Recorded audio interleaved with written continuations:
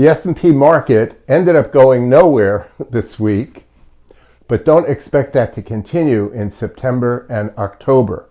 We're in the middle of some kind of a corrective wave. It's probably a fourth wave correction, which we talked about a couple of weeks ago.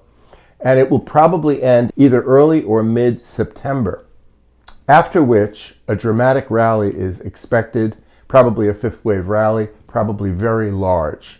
Remember, our target for the year was 7,600. That's pretty hard to imagine, but the market could do it. What's interesting is 2 times the 60-year cycle is doing the same thing as the 60-year cycle, which means you have 2 iterations of a very large cycle that have been repeating with high correlation to the present, and they continue to correlate in the future. This is kind of an unusual situation.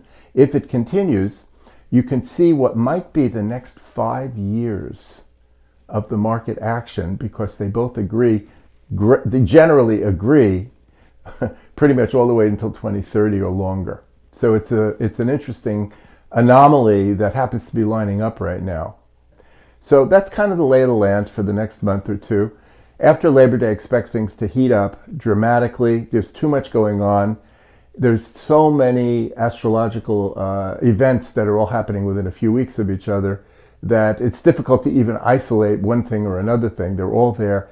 Chaos will resume.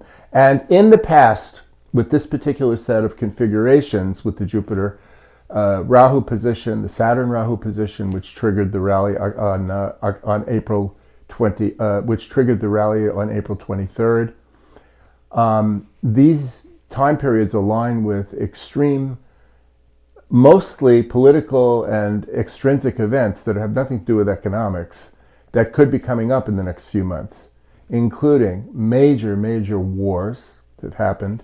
Not that we guarantee that will happen again, but the intensity of this time period is likely to increase dramatically, and initially we think it will be very bullish, and longer term, very bearish.